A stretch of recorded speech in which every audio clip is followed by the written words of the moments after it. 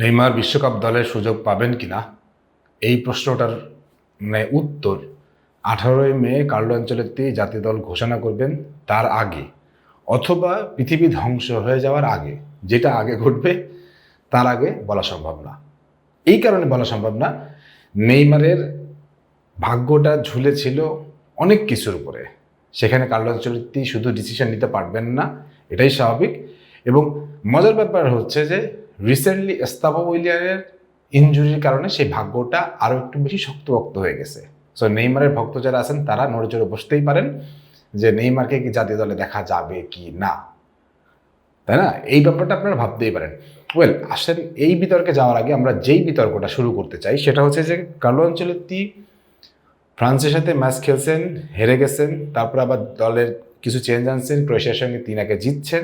সেখানে তিনি তার মোটামুটি একটা দল ফিক্স করে ফেলছেন, কারণ this is the last match before the world cup. So ওই ওয়ার্ল্ড কাপের আগে যখন তিনি শেষ করে ফেললেন তখন তিনি মোটামুটি সাজায় ফেলছেন তিনি কাকে কাকে রাখবেন, কাকে কাকে রাখবেন না।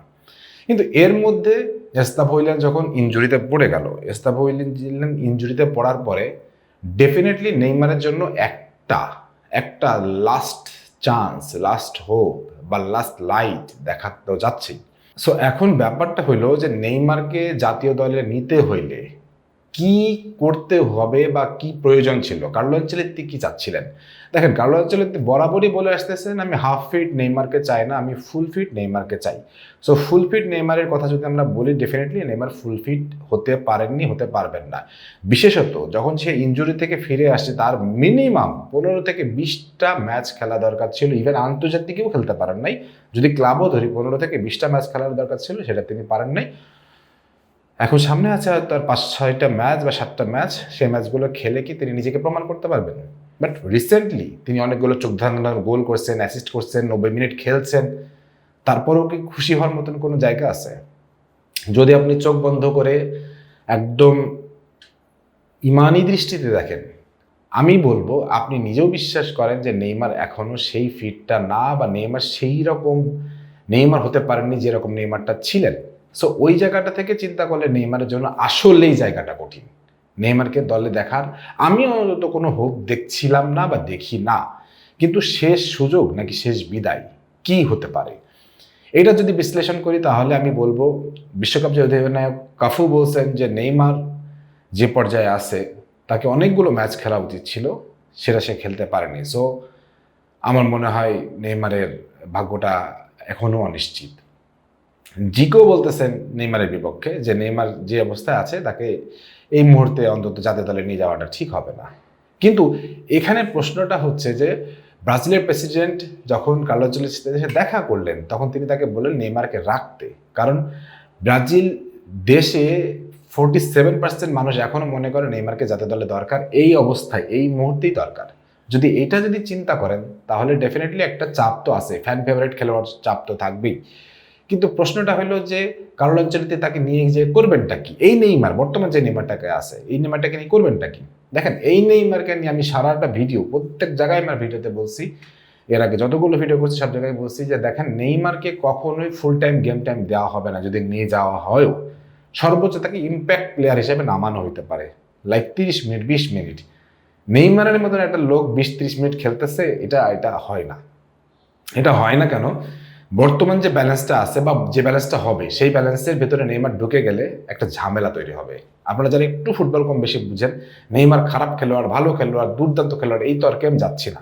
কিন্তু বর্তমান যে সিঙ্ক আপ প্লে বা বিল্ড আপ প্লে বা যেই ধরনের খেলা তারা খেলে খেলে অভ্যস্ত হচ্ছে, কারণ যাদেরকে যেভাবে শেখাচ্ছে, ওই জায়গাটায় যদি নেইমার হঠাৎ করে ঢুকে পড়ে তাহলে একটা ঝামেলা তৈরি হবে। কারণ নেইমার কিন্তু ডেফিনেটলি যেই স্পেসে খেলবেন সেই স্পেসে অনেককেই তারা কার্লো আনচেলত্তি শিফট করে ফেলছেন এবং অনেককেই তাকে ইউজড টু করে ফেলছেন। ওই জায়গাটা নেইমারকে যদি জায়গা দিতে হয়, ডেফিনেটলি তাকে কিছু কিছু ফরমেশনের পরিবর্তন আনতে হবে, কিছু কিছু সিস্টেমে পরিবর্তন আনতে হবে। কার্লো আনচেলত্তি শেষ মুহূর্তে গিয়ে কি এই পরিবর্তনটা চাইবেন কিনা বা করবেন কিনা সেটা বড় প্রশ্ন।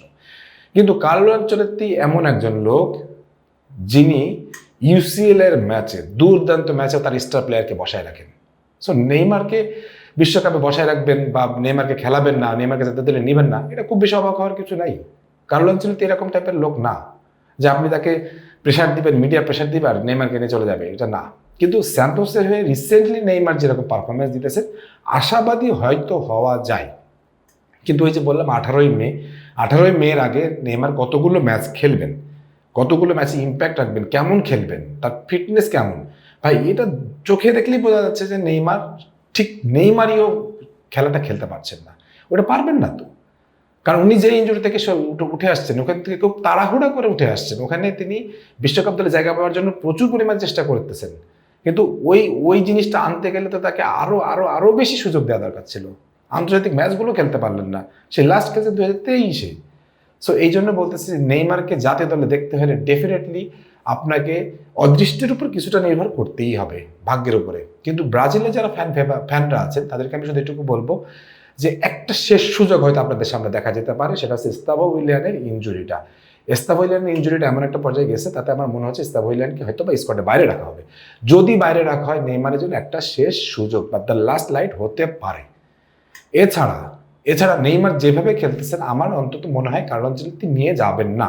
যদি নিয়ে যানো সবকিছু চাপে পড়ে বা সবকিছু মিলায় যদি চিন্তা করেও যদি নিয়ে যান, কিন্তু আমি বিশ্বাস করি নেইমারকে তিনি ইম্প্যাক্ট প্লেয়ার ছাড়া তিনি কখনোই স্টার্টিং 11 খেলাবেন না, বা 90 মিনিট খেলার মতন স্বাস্থ্য বা সেই ঝুঁকিটা নেইমারের এখনো হয়ে ওঠেনি। সো ওই জন্যই বলতেছি একজন কিংবদন্তি শেষ বিশ্বকাপ খেলবেন নাকি বিদায় নেবেন, নাকি এখান থেকেই নেইমারের জীবনের ইতি ঘটবে, সেটা কিন্তু আসলে খুবই একটা দুর্বিষহ ব্যাপার হয়ে যাচ্ছে। কারণ নেইমার অলরেডি বলে দিয়েছেন 2026-এর পরে তিনি অবসর নিতে চান। একজন দুর্দান্ত খেলোয়াড়, মেসি বিশ্বকাপ পাইছে, রোনালদোর বিশ্বকাপ পাওয়ার সুযোগ আছে, নেইমারের বিশ্বকাপ পাওয়াটা হইল না বা হচ্ছে না। এই জিনিসটা নেইমারের জন্য যতটুকু কষ্টের, তার চেয়ে বেশি কষ্টের নেইমারের ফ্যানদের জন্য। কারণ নেইমারের যারা ফ্যান তারা নেইমারকে খোড়া অবস্থায় ভালোবাসে, খোড়া অবস্থায় খেলতে দেখতে চায়। এই জন্যই হচ্ছে নেইমারের ফ্যানগুলো অনবদ্য। সো ব্রাজিলে যারা ফ্যান আছেন তারা শুধু এটুকু বলবো আপনারা একটু অদৃষ্টের করে ভরসা রাখেন। তাছাড়া আপাত দৃষ্টিতে মনে হচ্ছে নেইমারকে নেওয়াটা খুব বেশি সুযোগ বা ঝুঁকি দুটোই থাকতে পারে। সো ওই জায়গাটা থেকে নেইমারকে নেওয়াটা এই মুহূর্তে আমার মনে হচ্ছে যে 50-50 চান্স। দেখা যাক কার্লো আনচেলত্তি কি ডিসিশন নাই। এ ব্যাপারে আপনাদের যদি কোনো মতামত থাকে সেটা অবশ্যই কমেন্ট সেকশনে জানাতে পারেন। সবাই ভালো থাকেন, সুস্থ থাকেন, আল্লাহ হাফিজ।